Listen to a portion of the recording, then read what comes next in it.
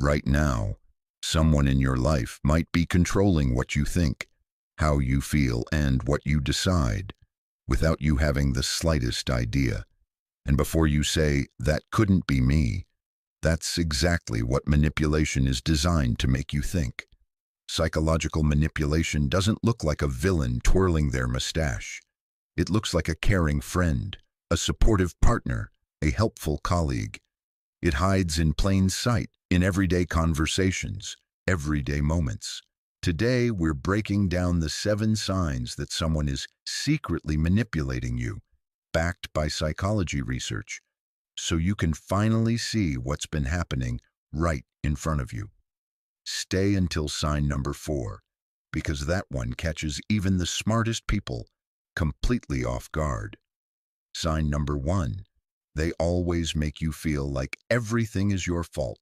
Pay close attention to how you feel after a difficult conversation with this person.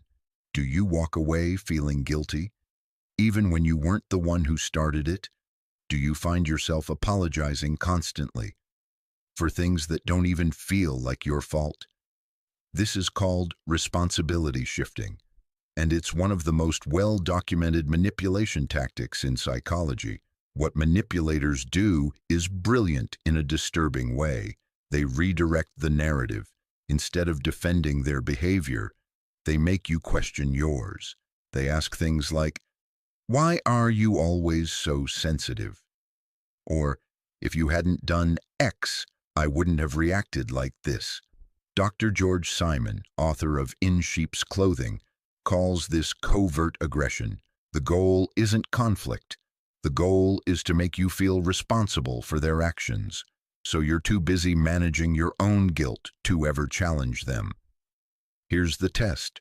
After arguments with this person, do you leave feeling smaller? Do you apologize more than they do, even when logic says you shouldn't? That pattern is not accidental. Sign number 2, they use your deepest insecurities against you. This one requires trust to set up, which is what makes it so devastating. Early in a relationship, romantic, professional, or social, manipulators are unusually interested in you.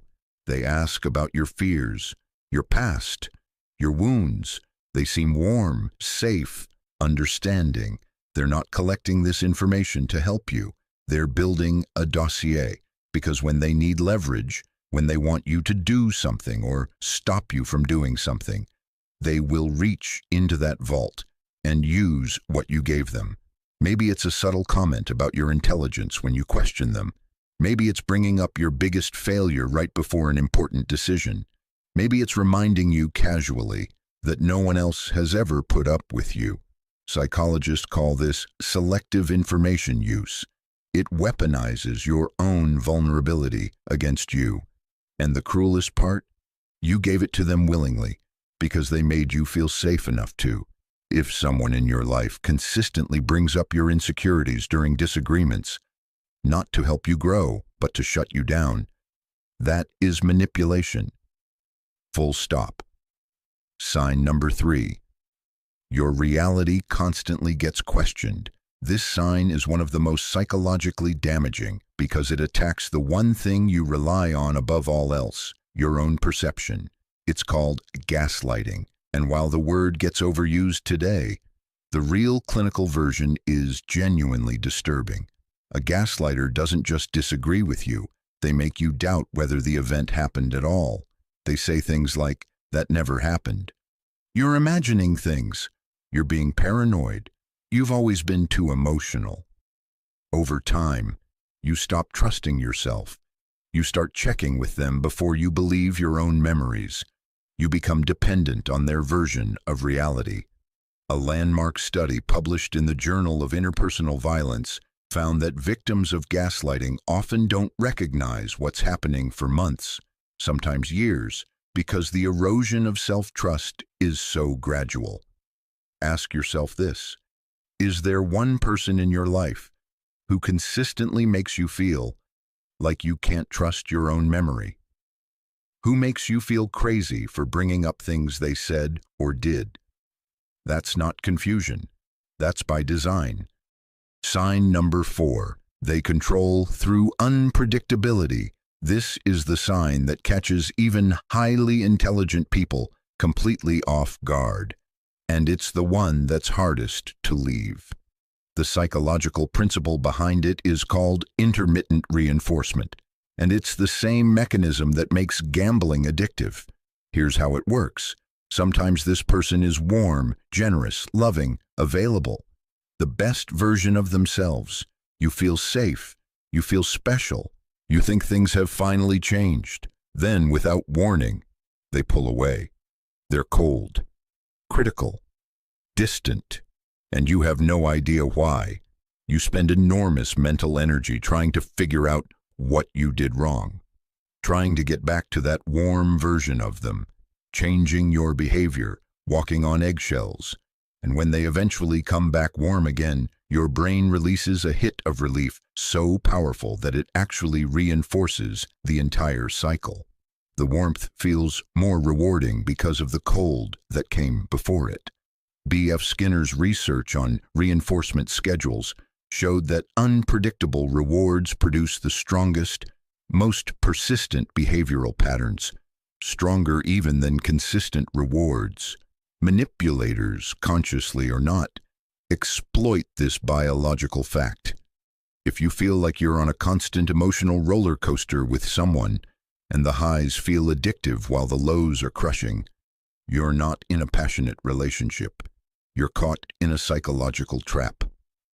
Sign number 5. They isolate you from other people.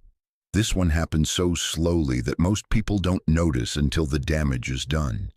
It doesn't start with "stop seeing your friends." It starts with comments, subtle ones. Your sister doesn't really have your best interests at heart, you know. I don't know why you spend so much time with people who don't appreciate you. I just feel like I'm the only one who really gets you. Each comment individually sounds caring, protective, like they're looking out for you. But over weeks and months, those comments accumulate.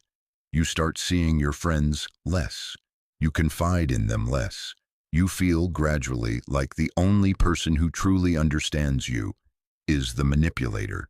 And that is exactly where they want you, because isolation removes your external reference points. Your friends might have noticed something was wrong. Your family might have said something. Your support network, the people who could validate your reality, gets quietly dismantled. Research from the National Domestic Violence Hotline consistently shows that isolation is one of the first and most reliable indicators of psychological abuse, and that it's almost always gradual, never sudden. If you can't remember the last time you spent time with people who aren't connected to this person, notice that. Sign number 6. They make generosity feel like debt. Not all manipulation is punishing. Some of it is rewarding. And that's what makes this sign so insidious. The manipulator does things for you, generous things, thoughtful things, and they seem to expect nothing in return. But they track every single thing, and at the right moment, when they need something from you, when you try to set a limit, when you question them, the ledger comes out. After everything I've done for you, I gave up so much to be here. I thought you were different. This is weaponized reciprocity, the exploitation of one of the deepest human social instincts. Reciprocity, the urge to give back what we receive, is hardwired into us. Psychologist Robert Cialdini identified it as one of the 6 fundamental principles of influence. Healthy relationships involve giving freely. Manipulation involves giving strategically, with an invisible price tag attached. Ask yourself, does this person's generosity come with an atmosphere of obligation? Do you feel guilty saying no to them? Do their gifts make you feel warm or quietly indebted? The difference between love and leverage is whether you can walk away freely. Sign number 7. You feel worse about yourself the more time you pass with them. This is the most important sign of all. And it's the simplest. Psychology is complex. Tactics are sophisticated. But the human mind is an extraordinary instrument. It knows, on some level, when something is wrong, long before your conscious mind catches up. So here is the question. When you think about seeing this person, what do you feel first? Relief or a subtle anxiety? Do you edit yourself around them? Choose words carefully. Prepare for how they might react. After time with them, do you feel energized or drained in a way you can't quite explain? Renowned psychologist Abraham Maslow described healthy relationships as ones that expand a person's sense of self, that make them feel more capable, more valuable, more themselves.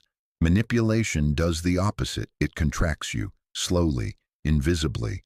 The person being manipulated often ends up smaller, quieter, more uncertain, while the manipulator's position grows stronger. If you've been feeling like a diminished version of yourself, and you can trace that feeling to one specific relationship, you now have a name for what's been happening.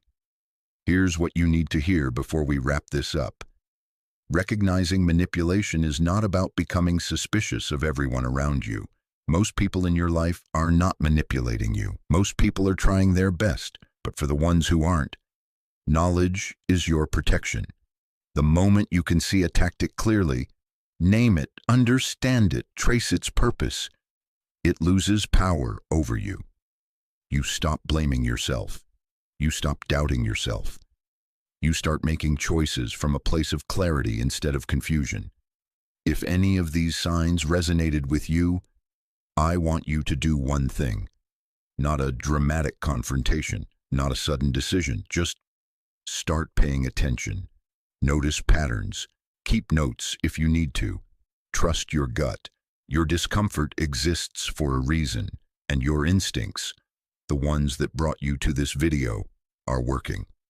If this opened your eyes to something, drop a comment below. Which sign surprised you the most? I read every one. And if you think someone you care about needs to see this, share it with them. Subscribe to MindWire, because next week we're going deeper into the psychology of control. And trust me, you won't want to miss what's coming.